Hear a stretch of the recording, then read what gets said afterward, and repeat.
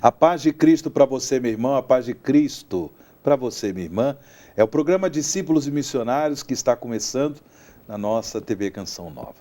Que Deus nos abençoe nesse nosso encontro, nesse mês da Bíblia, mês de setembro. Que coisa boa, mês para nós nos abrirmos cada vez mais ao dom de Deus em sua palavra, de modo que possamos realmente ser discípulos missionários de Jesus Cristo.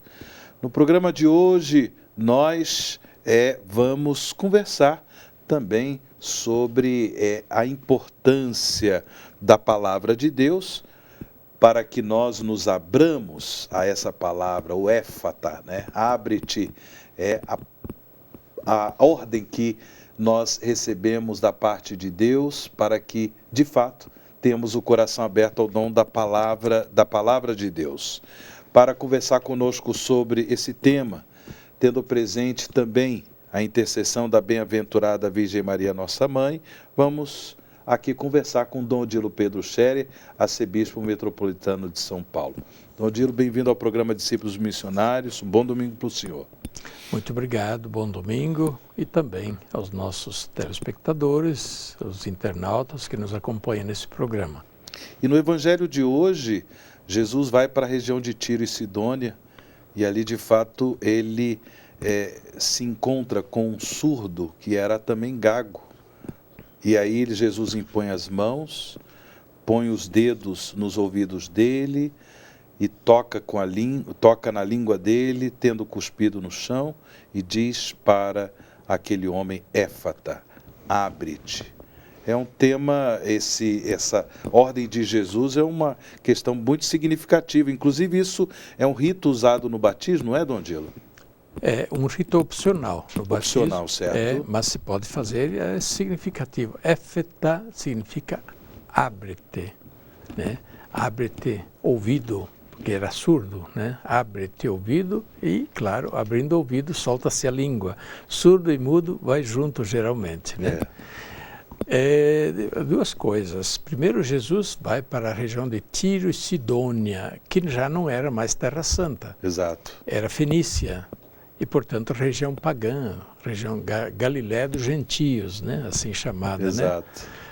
E, portanto, Jesus vai evangelizar aquela região, levar a boa nova também. E ali lhe apresentam esse surdo, mudo, gago, mudo, e Jesus cura, né? Éfeta. Mas essa referência é interessante do ponto de vista simbólico. Surdo não ouve, por isso não fala também. E Jesus fala: abre-te. Abre-te à palavra de Deus. Uhum. Proclama a palavra de Deus. E é o que o surdo mudo depois vai fazer. E o povo vai dizer: ele fez bem todas as coisas, falando de Jesus. Claro. O povo vai proclamar. Estamos no mês da Bíblia, né? Isso é muito simbólico, né, para entendermos justamente a questão da palavra de Deus. A palavra de Deus a gente precisa abrir os ouvidos, abrir o coração. Senão ela cai e não entra, né? E ela não entra em nós. Mas abrindo os ouvidos e o coração, acolhemos a palavra de Deus e passamos também a pronunciá-la, a proclamá-la, seja por testemunho, por palavra, e os que têm a missão de anunciar por pregação, vão fazê-lo por pregação, anunciando as maravilhas de Deus. A palavra de Deus nos faz missionários. Jesus é o missionário da palavra, em primeiro lugar. Ele vai a todos, porque quer que a salvação chegue a todos. Também aqueles que estão com os ouvidos e o coração ainda fechado. Bem, falando de missionários, queremos também dar destaque à viagem apostólica do Santo Padre, o Papa Francisco. Já começou essa viagem apostólica, vai até o próximo dia 13 de setembro, onde o Papa vai à Indonésia, Papua Nova Guiné, Timor-Leste e também Singapura. Ou seja, uma região importante para que o Santo Padre possa, visitar, não é, Dom Odilo? Sim, é verdade. Uma viagem longa. Longa. E já estamos acompanhando o Papa nessa viagem há mais dias. É interessante ler, ouvir, pesquisar um pouco o que o Papa está dizendo, a quem está se dirigindo durante esses dias. Naquela região da Ásia, os cristãos são minoria em quase todos os países. E só nas Filipinas é que são maioria. E talvez em Timor-Leste, que é um pequeno país, metade de uma ilha perto da Indonésia, Timor-Leste, onde sim, até se fala português. Tem gente que fala português lá, fala português, né? Porque foi colônia portuguesa durante algum tempo também. Mas é muito interessante que o Papa vá lá, porque de fato, embora sejam minoria os cristãos e os católicos, está em franco crescimento. Interessante. Aquela região, sim, os cristãos estão, e muitas vezes estão debaixo de perseguição, onde ainda não tem toda a liberdade, plena liberdade de expressão, de fé, de culto, né, manifestação religiosa. Então, é uma viagem missionária no pleno sentido. O Papa vai lá para falar a todos, não só aos cristãos, ele sempre se dirige a todos, claro. Como Jesus foi a Fenícia falar a todos, e para dar um apoio forte aos cristãos, aquelas minorias, a presença dos cristãos.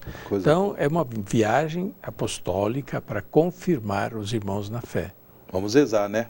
Vamos rezar pelo Santo Padre nessa missão tão importante de confirmar os cristãos na fé e também comunicar a palavra de Deus àqueles que, de alguma forma, se abrem, né, esse dom, ao dom do Espírito Santo.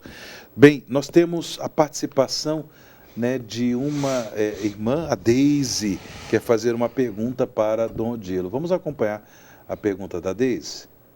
Eu sou a Deise e eu gostaria de fazer uma pergunta. Eu tenho pessoas na minha família que ainda não batizaram seus filhos. O que a igreja pode fazer para divulgar ainda mais a importância do batismo? Muito obrigada, sua bênção, Dom Odilo. Deise, sobre a importância do batismo, você tocou num ponto realmente importante e crucial para a vida cristã.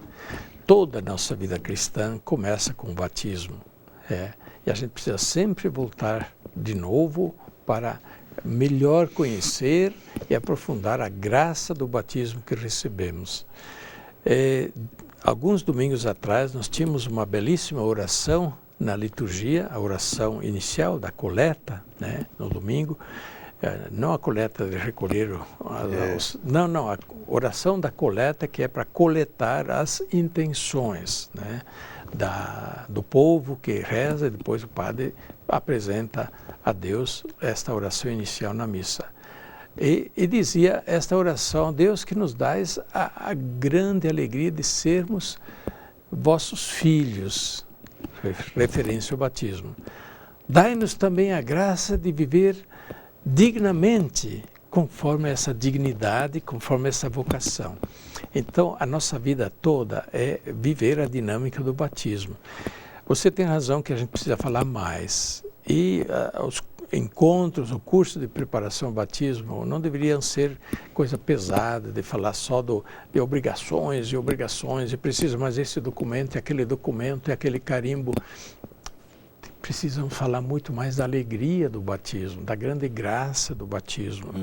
E a ela voltar sempre de novo, também quando se faz a primeira comunhão, quando se faz a renovação das promessas do batismo, sempre lembrar que graça, que grande graça é ter recebido o batismo.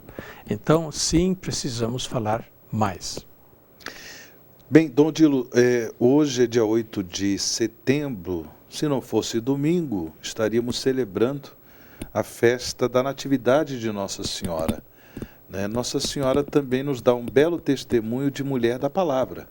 Mulher que também viveu, e não apenas viveu, mas ela deu à luz a palavra, o Verbo encarnado. Exatamente.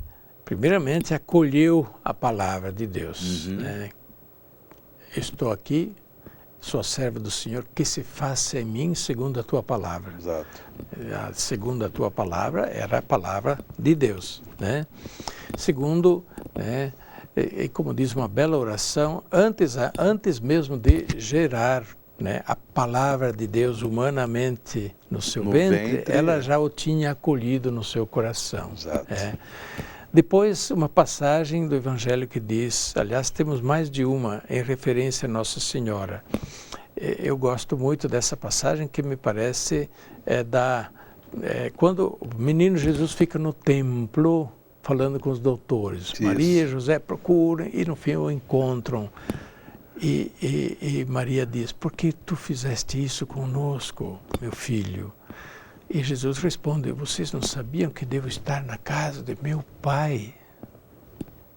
E aí diz o texto: os seus pais, Maria e José, levaram o menino consigo e ficaram pensando no sentido dessa palavra, e guardaram esta palavra no seu coração. É bem isso. Quando a gente vai aos domingos na missa, né, a gente ouve, nem sempre a gente grava tudo, não tem, guarde no coração e leve consigo, vai ruminando, vai refletindo no sentido dessa palavra. Dom Dilo, estamos chegando ao final do programa Discípulos e Missionários de hoje. Sua palavra final e sua bênção para encerrarmos. Pois não, hoje sendo domingo, mas não deixe de fazer a sua homenagem à Nossa Senhora, porque é o aniversário dela. Nós estamos celebrando a natividade, o nascimento, portanto, o aniversário de Nossa Senhora. Não pergunte quantos anos, não importa. Isso aqui é uma questão de celebração litúrgica para dizer, Maria sim nasceu e nos alegramos porque Deus nos deu a graça de ter essa criatura tão extraordinária que foi Maria e mereceu ser a mãe do Salvador. A bênção de Deus Todo-Poderoso, Pai, Filho e Espírito Santo, desça sobre vós e permaneça para sempre. Amém. Amém.